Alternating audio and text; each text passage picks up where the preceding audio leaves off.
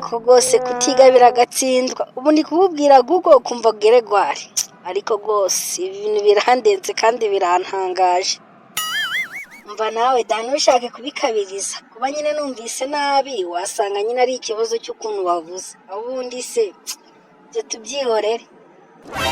Ariko twakomeje kuganira cyane nibagirwa kukubaza ikintu kimwe.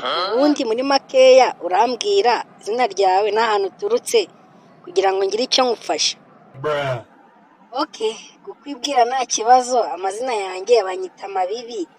Banurutse iwacu mu cyaro nkaba naje naha gushaka akazi mpunze musaza wanjye waryaga cyane. None se ntabwo uri umugore uracyari umukobwa?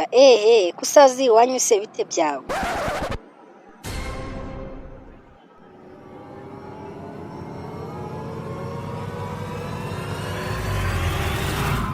Nyine musaza wanjye yanze gushaka nanjye mpitamo kutazashaka kubwo kwanga kumusiga wenyine.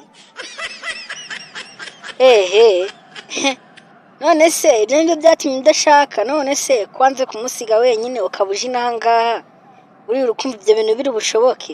Ibyo wamusezeranyije ko utabikurikije. Azirwaneho nyine. None se ko njye ndangakorera amafaranga mu giturage nayazana nahaha ibiryo akarya byinshi akacura kandi aba yiriwe yicaye. Ariko kubera naje inangaha ntabwo azongera kumbona, ntabwo azajya ibyanjye nawe azamenya gukora. Yewe Mabibi ndikumva ibyanyu bikaze. None se waje inangaha ufite bene wanyu wasanze cyangwa hari umuntu waguhamagaye ngo uze mu kazi ke ukamukorera?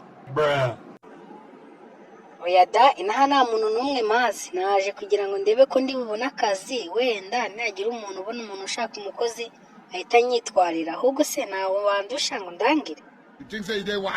Ariko rwose Mabibigira amahirwe. Nanjye buriya nari ndi gushaka umukozi wajya unkorera amasuku mu rugo, ariko nyine ndi kubona wowe se wowe wabishobora ra? Ariko wari uzi ko ngenzi no gukuka gukora amasuku ahantu hose hatandukanye ntabwo byananira. Kunjyana nkajya gukorera amasuku n'ibindi ndumva byari ibintu byoroshye cyane. Mabibi wa mukecuru we, inzu yanjye ushaka kwegeranya n'ikiraro? Siko nta n'usoni ugira. Genda cyeka nta kibi nkoze kubera ko ahantu hose hari umwanda hagereranywa n'ikiraro.